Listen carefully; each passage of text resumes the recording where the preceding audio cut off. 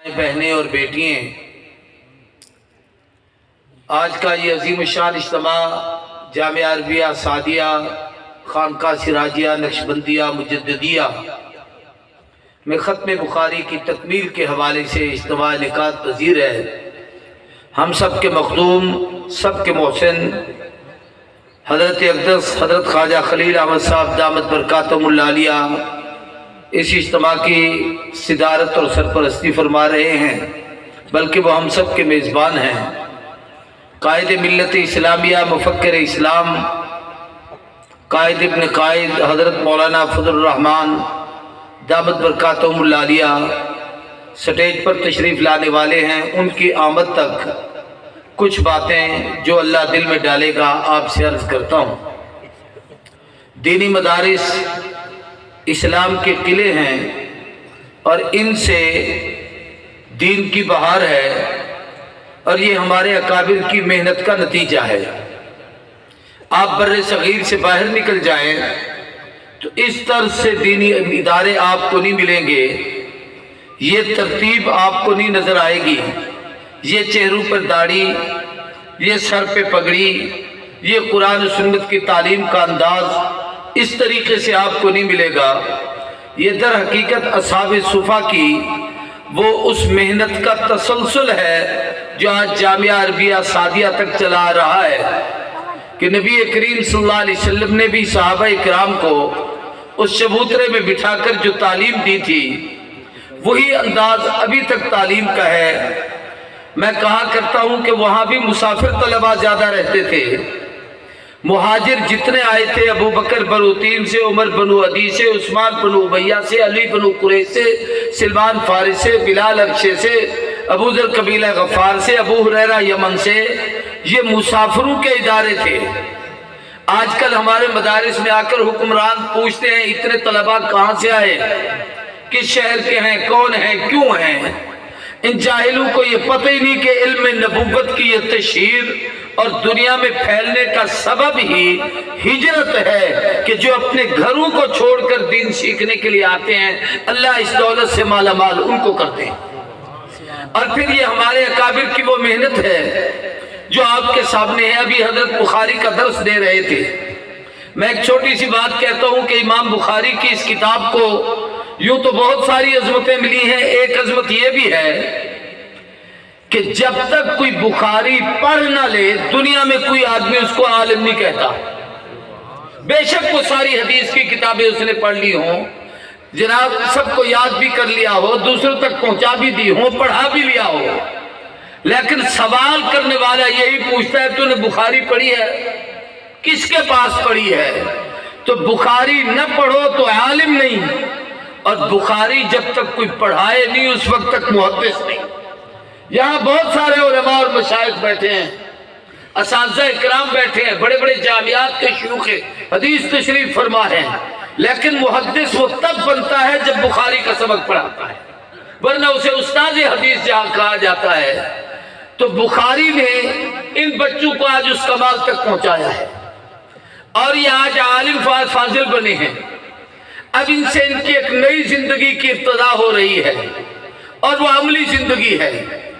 اور میں ابھی حضرت درس دے رہے تھے تو میں یہی سوچ رہا تھا کہ بخاری نے ابتدا کی ہے انما الاعمال بالنیات سے، اختتام کیا ہے ذکر پر، سبحان اللہ و بحمدہ سبحان اللہ العظیم۔ ان مدارس سے فارغ ہونے والے بچوں کو یہی سبق سکھایا گیا ہے کہ مدرسے سے فارغ التحصیل ہونے کے بعد، سر پہ پگڑی باندھ لینے کے بعد، جبہ کبا پہن لینے کے بعد آپ شیخ الاسلام نہیں بن گئے، آپ حجت اللہ علی الارض نہیں بن گئے، آپ محقق اور معلم نہیں بن گئے، جب تک کہ سبحان اللہ و بحمدہ سبحان اللہ العظیم ان اہل اللہ کے پاس، تسبیح والوں کے پاس، ذکر والوں کے پاس، اولیاء اللہ کے پاس اپنی نسبت نہیں جوڑو گے، ان کے ساتھ اپنا ربط نہیں رکھو گے، ان کے ساتھ اپنا تعلق نہیں قائم کرو گے، جن لوگوں نے وہ تعلق قائم کیا ہے وہ اس دنیا میں بھی کامیاب ہوئے ہیں اور اگلے جہان میں بھی کامیاب و کامران ہوئے ہیں۔ آج دنیا کے اندر ہمارے مولانا عبدالصاد توسیع ایک بات کہا کرتے تھے کہ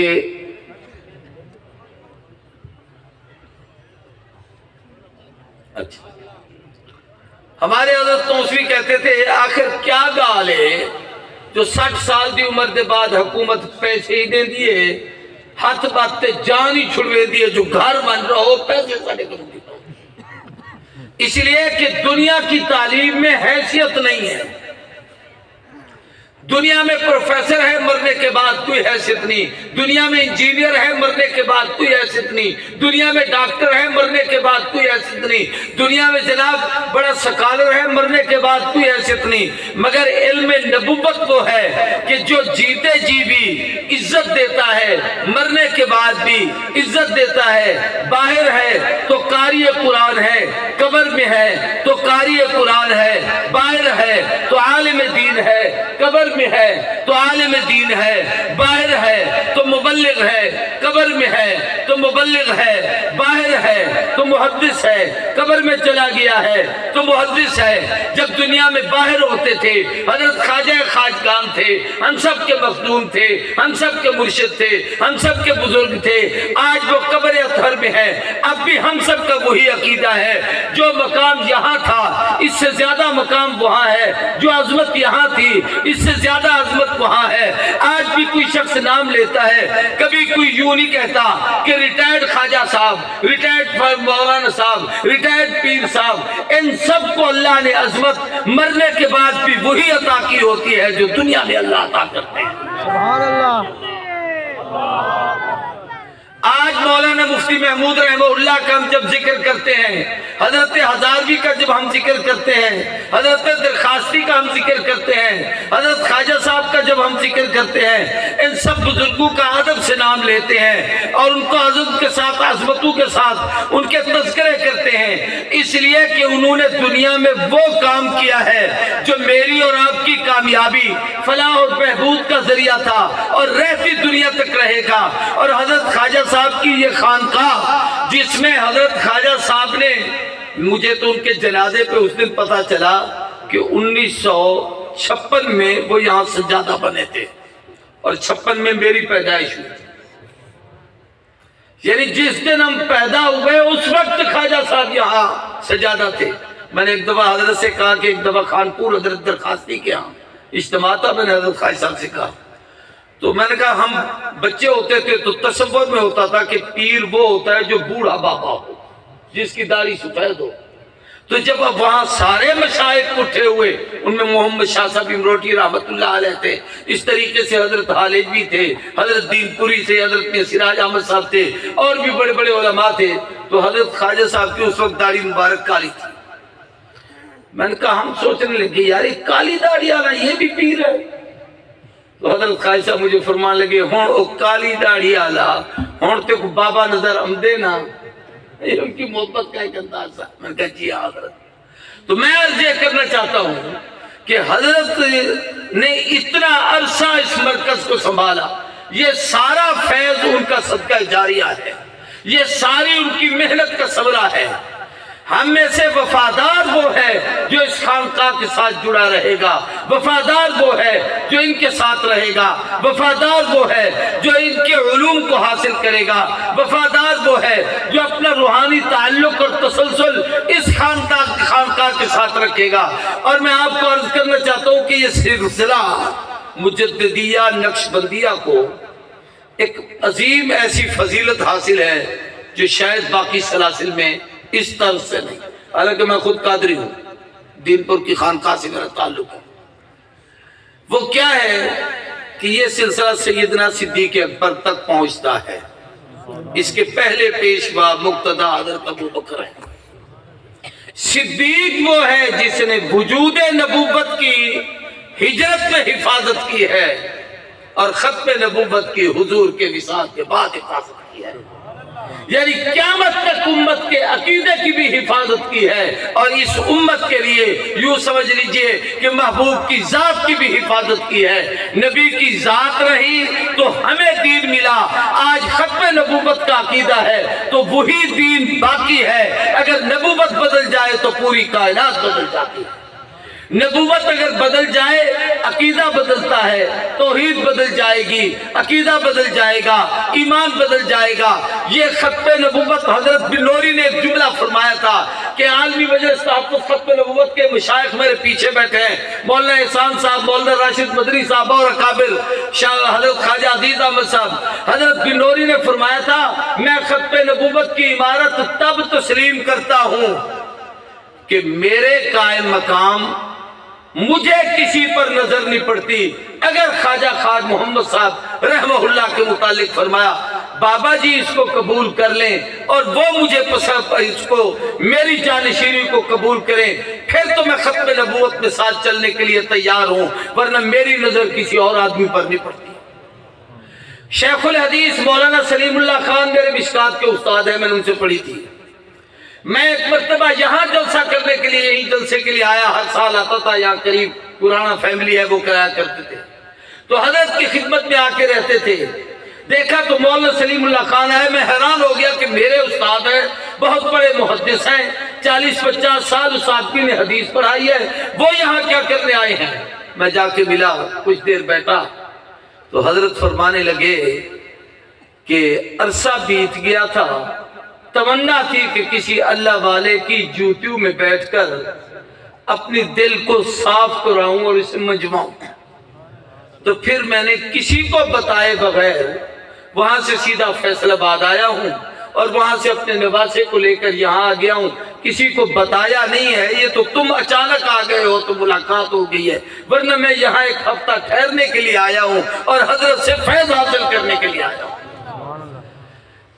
نعمت کے جانے کے بعد ہمیں اس کی قدر کا اندازہ ہوتا ہے، زندگی میں یہ لوگ کتنے عظیم تھے۔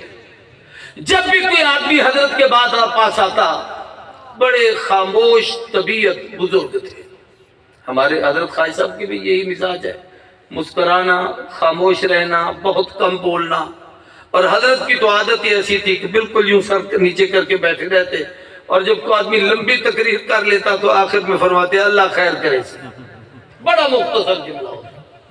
ایک شخص نے ایک موقع پہ کہہ دیا تھا بابا جی مجمع کٹھا ہے، کچھ تو فرما دیں۔ فرمان لگے بھی بیان ہو گئے، میں دعا کرا دیتا، نہیں جی آپ کچھ تو کہہ دیں۔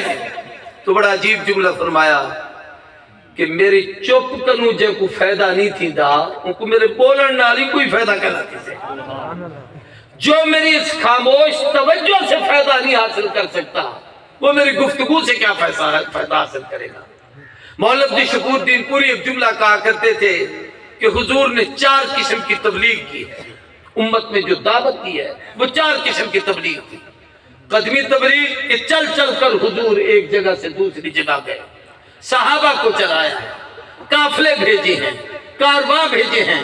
جب مکہ المکرمہ فتح ہو رہا تھا، ابو سفیان اس وقت کھڑے تھے، ابھی تک سیدنا ابو سفیان نے کلمہ نہیں پڑھا تھا، مسلمان نہیں ہوئے تھے۔ حضور اکرم صلی اللہ علیہ وسلم نے سیدنا عباس کو فرمایا میرے عباس ابو سفیان کو لے کر پہاڑی پر کھڑے ہو جاؤ، صرف میرے یاروں کو چلتا ہوا دیکھے۔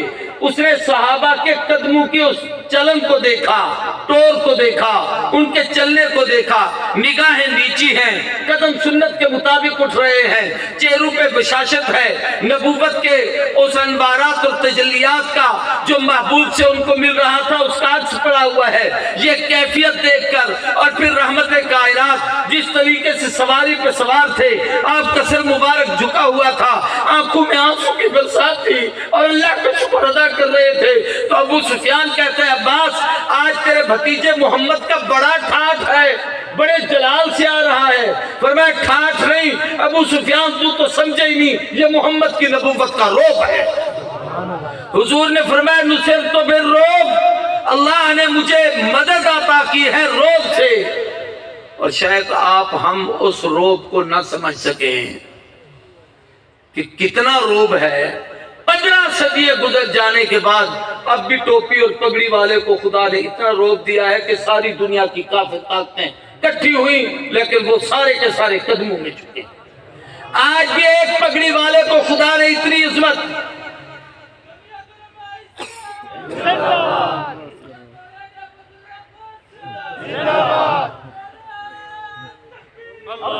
آج بھی یہی پگڑی اور رومال والے، یہ چہرے پہ داڑھی محبوب کی سنت کو سجانے والے جن راہوں سے گزرے کفر کانپتا ہے.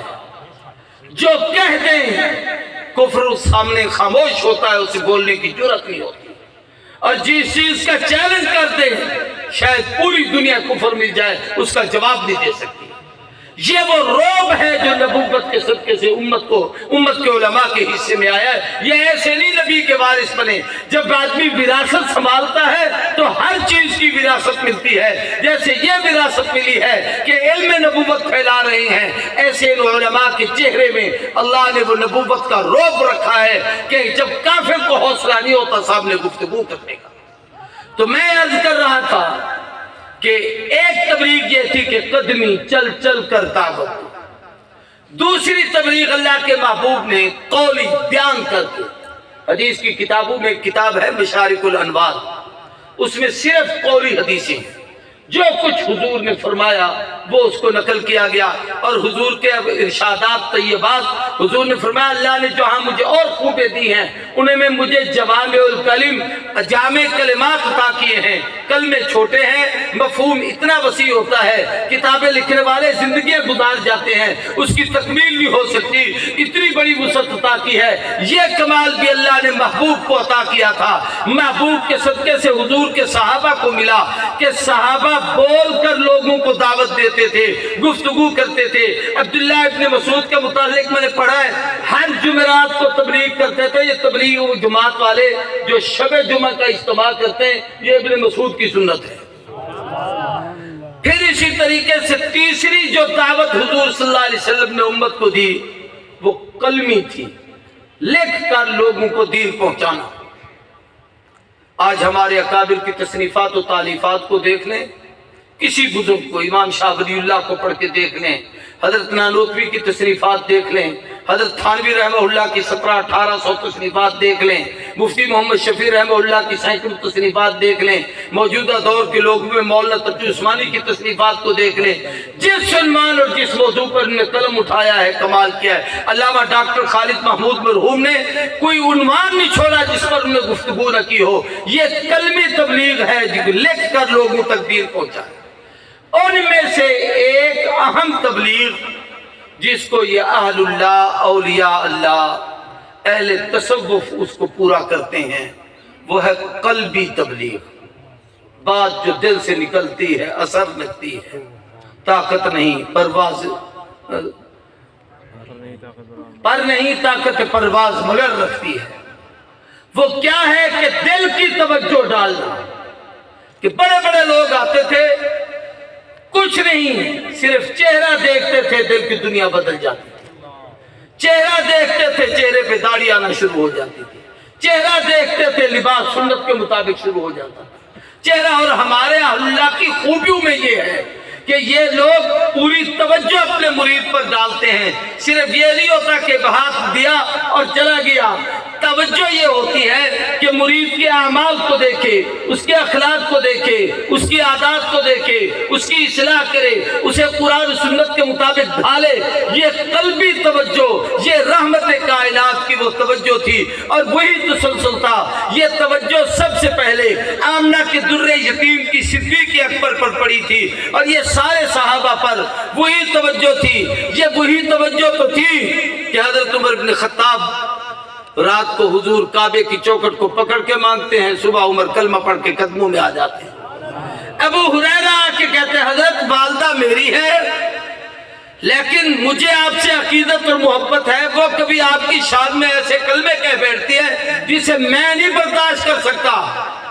تو حضور نے بڑا عجیب جملہ فرمایا. رات کو حضور نے ہاتھ اٹھایا, اللہم اہد ام ابی ہریرہ. یہ دل کی توجہ ہے, توجہ ڈالنے کی دیر تھی. حضرت ابو ہریرہ گھر کی طرف دوڑے. کسی نے پوچھا کہاں جا رہے ہو؟ کہہ لگے گھر جا رہا ہوں. جا کے دروازہ کھٹکایا تو والدہ نے کہا انتظار کر. کیا بات ہے؟ والدہ نے نہا کر کپڑے تبدیل کر کے دروازہ کھولا اور کلمہ پڑھنا شروع کر.